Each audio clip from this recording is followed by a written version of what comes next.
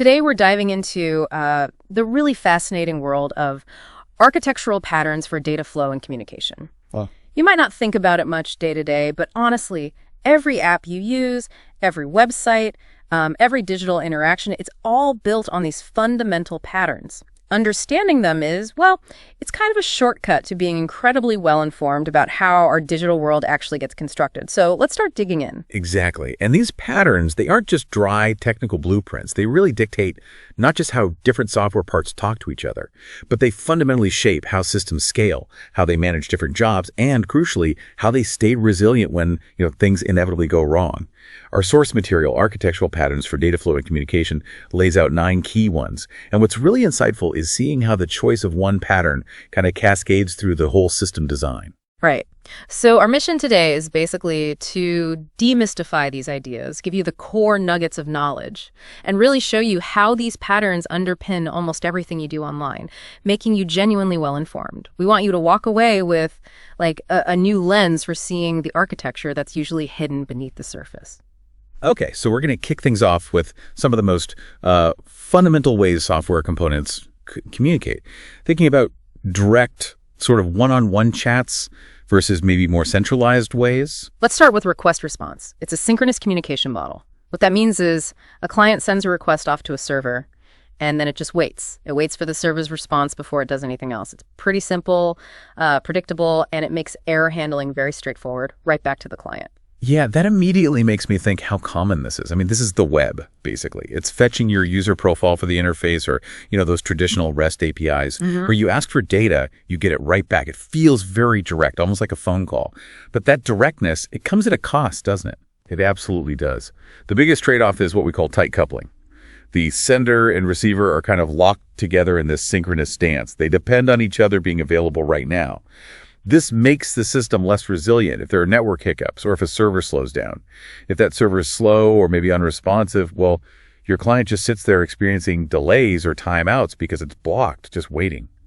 It's actually a common mistake architects make, relying too heavily on request response and creating brittle systems where one slow service can cause, widespread delays for users. Okay, that tight coupling sounds like a definite vulnerability. So let's maybe flip that whole idea of direct connection completely and go fully decentralized with peer-to-peer or P2P. Right.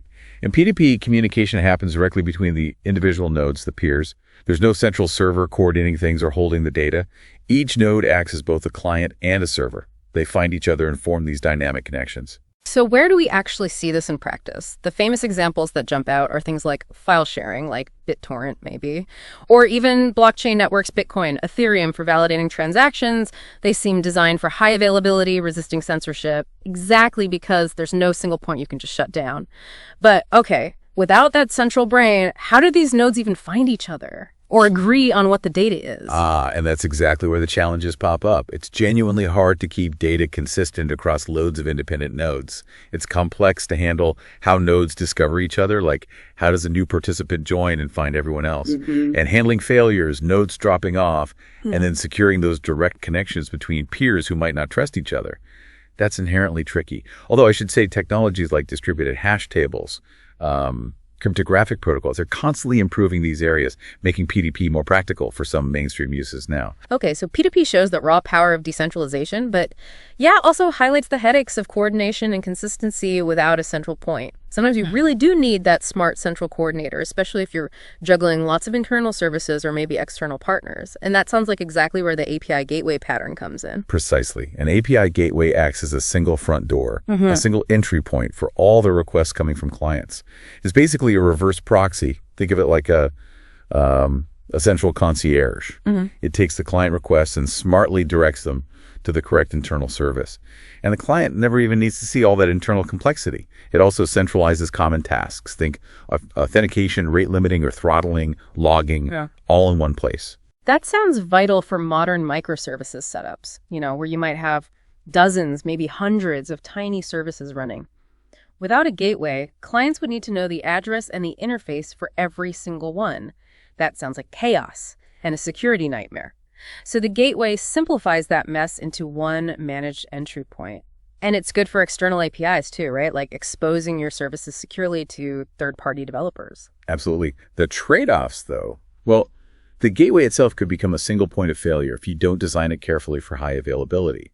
It might also add a bit of latency if the logic inside it gets too complicated. And yeah, it's definitely another piece you have to build and maintain. But usually for larger systems, the benefits in manageability and security, they really outweigh those costs. Okay, so we've looked at direct, synchronous communication and these centralized entry points. But what if you don't need an answer right away? Or what if one piece of news needs to get out to lots of different parts of a system, but without the sender knowing who's listening? That feels like where we shift gears into asynchronous, event-driven stuff. You got it. The publish-subscribe pattern PubSub is a classic asynchronous messaging approach. You have publishers sending messages, but not directly to receivers. They send them to a central message broker, like a post office. And then subscribers receive messages based on their interest in specific topics or channels they've signed up for. The really crucial part is that publishers and subscribers don't know about each other at all. They're loosely coupled. And that loose coupling, that seems to be the magic word here. It sounds like it would scale really well for event-driven systems. Things like real-time chat apps, or maybe ingesting data from loads of IoT devices, or just notifying other microservices about things happening, like, say, a user signs up and a message goes out so other parts of the system know about it. What are some of the common snags people hit when they try to implement PubSub? Often the challenges revolve around message delivery guarantees, like what happens if a subscriber is offline when a message is sent, or if the broker itself fails. You need things like durable queues that actually save messages safely, usually to disk, so they aren't lost if there's a crash. Debugging can also get way trickier. Because it's asynchronous, tracing how an event flows through multiple disconnected services needs special tools and really good logging. And obviously, it's just not the right fit if you need a direct, immediate answer back. Following that asynchronous idea, there's a really fascinating pattern called event sourcing. This sounds like it radically changes how you even think about storing data. Instead of just saving the latest version, the current state, you save every single change that ever happened as a sequence of events, like a perfect historical record. Exactly. These events get stored in what's called an append-only log, meaning you only ever add new entries, you never change or delete old ones, it's immutable, and the current state of anything is then derived or calculated by replaying these events in order. So this log of events becomes the absolute source of truth, and it enables incredible things like time travel. You can literally reconstruct the state of your system at any point in the past, giving you a complete, undeniable audit trail. Wow. Okay, that makes it absolutely essential for systems where that kind of full traceability is non-negotiable, like financial systems tracking every single cent, every transaction, or e-commerce order processing, tracking every status update from created to shipped to delivered. Beyond just the audit trail, though, what's maybe a more counterintuitive benefit, something developers might overlook about event sourcing, maybe around how systems evolve? That's a great point. One of the really powerful, often overlooked benefits is how easily you can evolve your system over time. As business needs change, you can create new ways of looking at the data, what we call read models, which are optimized views for specific queries. You can derive these new views just by reprocessing the historical event stream. It neatly separates the what happened, the events, from the how we understand it right now, the current state or specific views. The trade-offs, though, are pretty significant. You get into complex territory with event versioning, what happens when the structure of an event changes over time. The replay logic can get complicated. Storage needs can be high because you're storing every change forever. And you almost always need to build those separate read models for efficient querying, because querying the raw event log itself is usually way too slow for typical application needs. It's powerful, yes, but definitely comes with considerable engineering effort. Okay, so event sourcing gives us that incredible history, that perfect record of every change from maybe one specific thing, like an order. But what if we need to zoom out? What if we're not just reconstructing one record, but trying to spot trends, summarize huge data sets, or get data ready for big reports across the whole business? That feels like a totally different kind of data flow problem. And it brings us neatly to how massive amounts of data actually get processed, looking at two really different approaches. One that kind of collects data and processes it in big chunks, and another that deals with it instantly as it arrives. Right. Let's start with ETL. That stands for extract, transform, load. It's a classic batch-based data integration pattern. Its whole job is moving and consolidating data from potentially many different source systems into a target system, which is usually something like a data warehouse, specifically for reporting and analysis. It involves those three distinct steps: extract, getting the raw data out; transform cleaning it up, converting it, making it consistent and usable, and load writing that cleaned up data into the destination. Ah, okay. So this is really the engine behind most business intelligence dashboards and those big company reports, right? Populating the data warehouses. And probably used a lot for large-scale data migrations, moving data from old systems to new ones. But given how much everyone talks about real-time insights now, why is ETL, which sounds inherently delayed, still so important and widely used? Well, its main trade-off is absolutely that delay. Data freshness is limited by how often you run the ETL job, maybe nightly, maybe hourly. So it's definitely not for real-time decisions.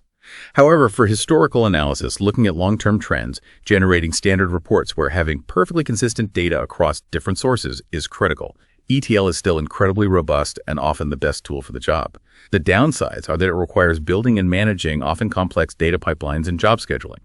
And processing huge volumes all at once in these batches can create what are called batch windows, specific times when these big jobs run, which can sometimes impact the performance of other systems. Right, ETL is a specific kind of batching. But batching itself is a broader idea, isn't it? Like a general strategy for efficiency, where you just collect individual items or tasks over time, maybe until you hit a certain number, and then process them all together as one unit. Exactly. It's all about improving efficiency by cutting down the overhead of handling each item one by one. You make fewer, bigger calls to APIs or databases instead of lots of tiny ones.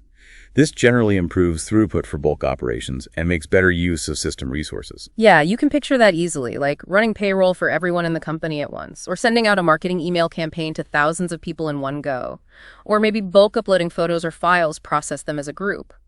Are there situations where you deliberately choose not to batch, even if you have a lot of items, maybe for faster feedback? Yes, definitely. While batching is efficient for sheer volume, the big trade-off is higher latency. The data just doesn't get processed immediately. Also, if your batch size gets too big, you risk temporarily overloading the system when the batch finally runs. And another tricky part, if a whole batch fails, figuring out which specific items inside that batch actually succeeded or failed can be challenging. So yeah, you might choose not to batch if getting results back quickly, low latency is paramount.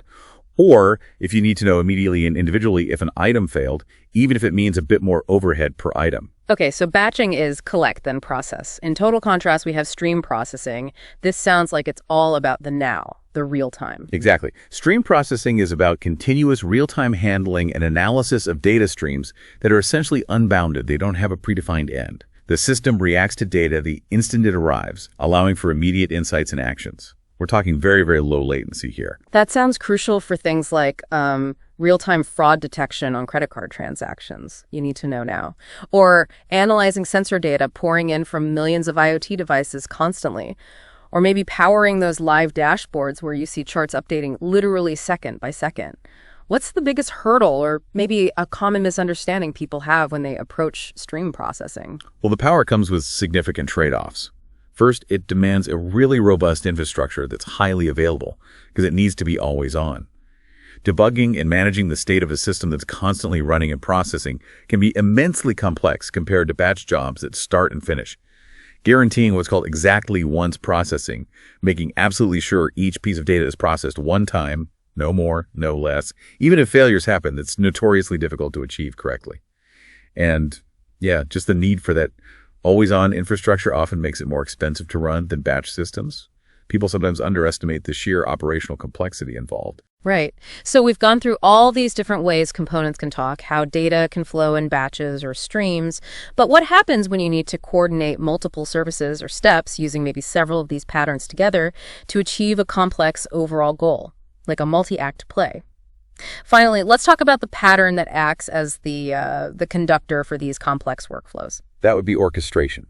It's an architectural pattern where you have a central controller, the orchestrator, that explicitly coordinates how multiple services or steps run to complete a larger workflow. The orchestrator knows the sequence, it manages the dependencies between steps, it handles retries if something fails, and it basically oversees the entire flow from start to finish. Okay, so this gives you a lot of control over how a complex process unfolds. You often see this implemented using dedicated workflow management tools, right? Things like complex business processes, order fulfillment, crossing multiple departments is a good example. Or maybe coordinating all the steps involved in training and deploying a machine learning model, or running a CI/CD pipeline using tools like, say, Airflow. But with that central control calling all the shots, what are the potential downsides? When might you look for an alternative? Maybe something more like choreography, where services react more independently. That central control, while powerful for visibility and management, is also the source of its main drawbacks. It leads to tighter coupling and potentially rigidity. The individual services become directly dependent on that orchestrator. If you want to change the workflow, you have to modify that central controller, which can sometimes slow down innovation. The orchestrator itself can also become a single point of failure if it's not designed to be highly available, and it might face scaling challenges if it's trying to manage an extremely high number of concurrent, really complex workflows. So yes, in situations where you want services to be truly independent, reacting to events published by others without a central director telling them what to do next, that's where choreography might be a better fit. Though you trade that central oversight for potentially more complex system-wide debugging. Wow, okay. We have really covered a lot of ground today. From that direct client-server chat of request response and the decentralized world of P2P, then the single front door for microservices with the API gateway, and into the decoupled world of pub/sub and that historical record-keeping of event sourcing. Then we jumped into the big data handlers, ETL, and batching for efficiency versus the instant insights from stream processing. And finally, landing on orchestration, that master conductor pulling all the strings for complex workflows. Yeah, and understanding these 9 patterns, even just at this level, it really gives you a powerful lens. You can start to see the architecture behind pretty much every digital service you interact with. It stops being just about what a system does. You start thinking about how it's designed to handle data and communicate. And you see how those design choices directly impact its performance, its reliability, its ability to scale. This knowledge really empowers you to appreciate the engineering decisions, the elegance, sometimes the necessary compromises that make our digital lives work. Absolutely. And maybe this raises an important question for you listening in. The next time you're using an app, just pause for a second and consider, is it likely using a synchronous request response to get you that immediate feedback you expect? Or is something else going on? Maybe it's working asynchronously with a pub/sub model to push those real-time updates to your screen. How does knowing about these underlying patterns change how you perceive the technology you use every single day? And what's surprising, maybe hidden architectures might you start to spot now in the seemingly simple apps all around you?